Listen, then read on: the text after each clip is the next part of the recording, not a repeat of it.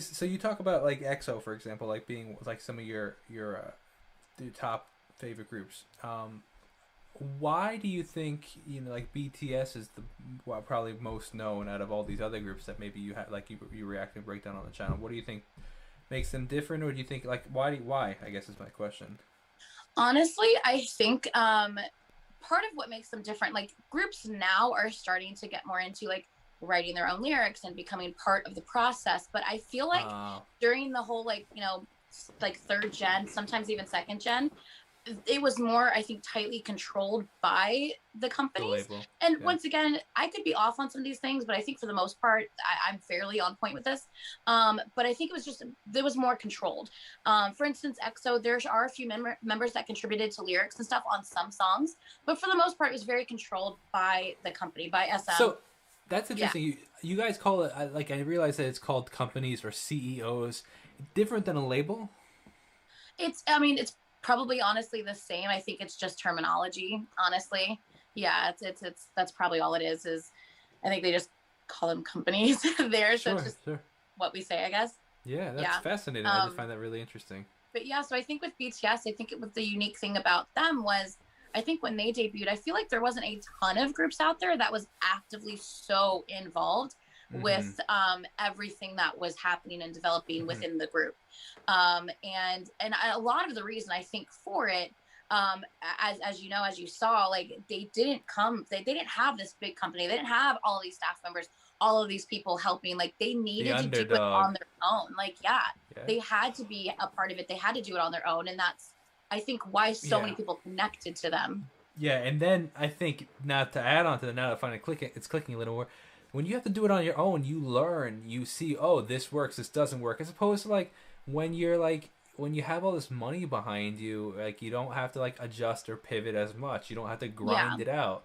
That's Yeah. fast. They like really, really. No, I'm not saying in any way, shape, or form the others didn't work for it, but like Yeah. when you're the underdog, you work probably twice as hard. Yeah. And I definitely agree with that. I mean, because I do think that some people That's do get interesting. like an unfair judgment. Like, for instance, EXO, a lot of people are just like, oh, well, they're, SM Entertainment. So that's why, because before BTS, like EXO was every year top, top, top, top, winning, winning, winning, Mm. and then the table started kind of switching and it became like, so it was like BTS and EXO were like here, and then it switched to here. And so now Mm-hmm. BTS is the largest group. I mean, huge, obviously.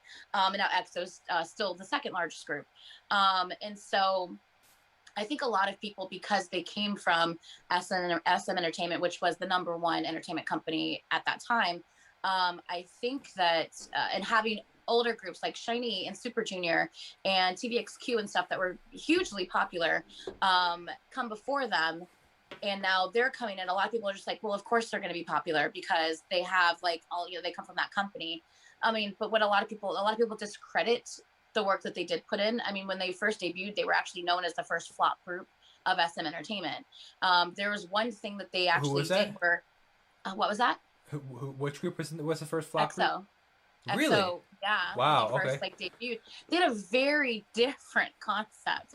I mean, if you listen to their debut song, there's elements of rock in it. There's screamo in it at one point. Like, I mean, it's very interesting, and their entire concept is they're aliens from exoplanet. They each have superpowers. Their planet, the tree of life on their planet has been destroyed by the Red Force, and the Red Force is Wow. now here on Earth. So they've now come to Earth and to help us so that the Red Force doesn't do to our planet what happened to their planet. So it's like this whole thing, and which is, it's crazy and amazing, but it's very That's different. cool. Yeah. Yeah, so it's when you're kind of reaching so far out there, and Yeah. even the sounds of their music was very experimental in the beginning. I just don't think a lot of people latched onto it at first, and yeah, they were considered the first flop group of SM Huh. Entertainment. But and then they came out with Growl, and Growl's now known as like the Korean national anthem because it was so insanely Wow. popular. Wow. Um, yeah, so yeah, God, could it's you fathom that, man? Just creating one of the biggest songs in your country. Oh, it's so no, wild. that's silly. But yeah, to go back to BTS, and I just think because of the fact that they had the opportunity to be so involved, and because they didn't have a lot of opportunities that other companies and groups had, they had to put in all that work themselves. They had to find ways to get out to the fans, like she says in the video. So, you know, putting yourself, creating a YouTube channel and doing these little vlogs and these lives where you're interacting with fans, like people feel like they're a part of something, and they feel like they know you on a more personal level because you're sharing so much with them as you yourself as a person, not just you yourself on stage. So I think because of that, they really tapped into something that people were wanting but have never really gotten, I think, to that level at least. Because there's been reality shows and stuff like that with different K-pop groups, but I think BTS kind of took it to a different level because of the fact that they were doing everything on themselves. So there was just so much more involved and personal. And then with the lyrics, of course, talking about things that really need to be spoken about. Sure. Absolutely. It makes people feel like they're not alone, you know, like it doesn't matter how big you are, it doesn't matter how much money you are, you can have anxiety, you can be depressed just like the rest of us. Like money doesn't change that. Sometimes it makes it worse, you know. Sure. Money exposes who you truly are. Yeah. So I just think because of just all of those things, they've just, you know, naturally and organically grown bigger and bigger throughout the years. Yeah. So fascinating, man. It's so interesting. Yeah. It's so interesting.